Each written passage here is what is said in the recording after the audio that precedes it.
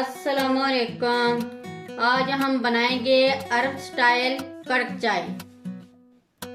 इसके लिए सबसे पहले हम 2 कप पानी ऐड करेंगे। अब हम इसमें ऐड करेंगे 4 अदद लौंग, 1 टीस्पून सौंफ, 1 अदद दालचीनी का सकड़ा, 1 अदद बादियान का फूल, 4 अदद सब्ज इलायची और 10 ग्राम अदरक। इसको हम एक उबाल आने तक पकाएंगे।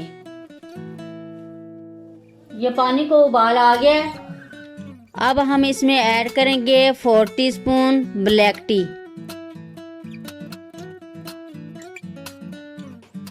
ये 2-3 उबाल आ गए हैं, कलर भी अच्छा आ गया। अब हम इसमें ऐड करेंगे 2 कप दूध,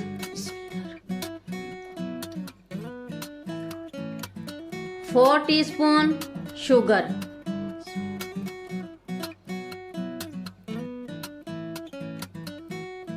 अब हम दोबारा 1-2 उबाल आने तक मजीद पकाएंगे।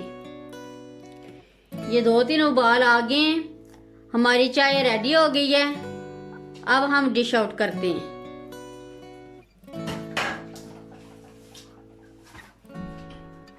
ये हमारी अरब स्टाइल कड़क चाय तैयार हो गई है। बहुत ही मज़े की बनी है, एक बार ज़रूर ट्राई करें।